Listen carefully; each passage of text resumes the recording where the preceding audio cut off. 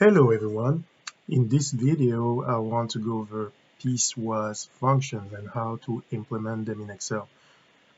Here I have an example of the function f of x, which takes on two separate formulas depending on whether x is between 0 and 5 or x is greater than and not equal to 5. So if x is between 0 and 5, f of x takes on the formula or expression negative x squared plus 2x, whereas if x is greater than 5, not including 5, f of x takes on the expression 2x cubed minus 10. So we implement piecewise functions in Excel by means of the if function. The way it works, how does the if function work in Excel? If needs three different inputs. The first input the if functionality needs is what's called the logical test, or what Excel needs to check for, or what determines which formula Excel should use. And what serves that purpose is what's here on the right hand side. Excel should check for whether x is less than 5 or equal to 5, or whether x is greater than 5. So that's the logical test in green here. So that's exactly what we plug into Excel. So Excel will check whether whichever cell represents your input is less than or equal to 5. Then if that is true, so if the input is less than or equal to 5, Excel will use this first formula, which is negate, so square the input, negate it, and then add 2 times the input. So the formula in Excel should be -1 times cell squared, or carry 2, plus 2 star the cell. And if that is not true, so if the logical test returns false, meaning if the cell is not less than or equal to 5, same thing as if the cell is greater than 5, Excel should implement this formula, which is 2 times the cell cubed minus 10, just as shown up here. So this is exactly how we're about to implement this in Excel. So let's go to Excel. So let's generate a table of values for our function. So our values range from, so it all starts at 0 based off of the domain here, because the domain is 0 to infinity. So let's start at 0. Now let's plug in our if function, so capital I, capital F.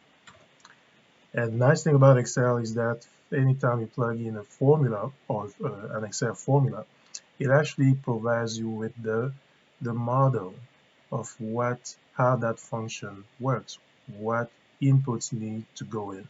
So let's plug in the logical test first, which is cell less than or equal to 5, comma, very important.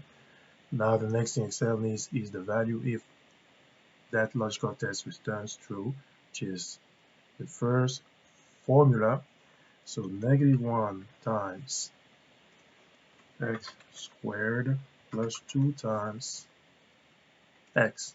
So again, you should have noted that here my input for this specific output is in the cell B4, so I can reference that cell anytime I need to. So now we're done with the middle piece. Now the last piece is the value if false, or which formula Excel should plug in or apply if x is greater than 5. So that's 2 star x cubed minus 10. Once we close our parentheses, we are done. So enter. So let's see what that piecewise function looks like. For, let's say, values from 0 to 13, and that's what our piecewise function looks like. Let's create a graph real quick. So that's our piecewise. Nice thing about this is we can solve any equation involving this piecewise function. Let's say, for instance, we need to solve the equation f of x equals 1,000, right? Let's say we're given this piecewise function and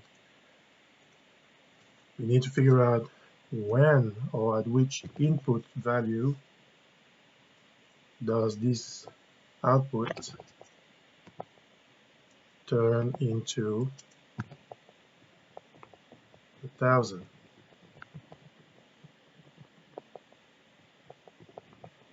So solving this equation, we just go seek anywhere. It doesn't matter where we go seek, but since we know for a fact that it's in the thousands here, let's say we go seek there. So we go to data, what if analysis, go seek. We run through the steps, and Excel solves the equation for us. Okay, and that's it as far as how to use goal seek, how to use if in Excel to implement piecewise functions. See you on the next video.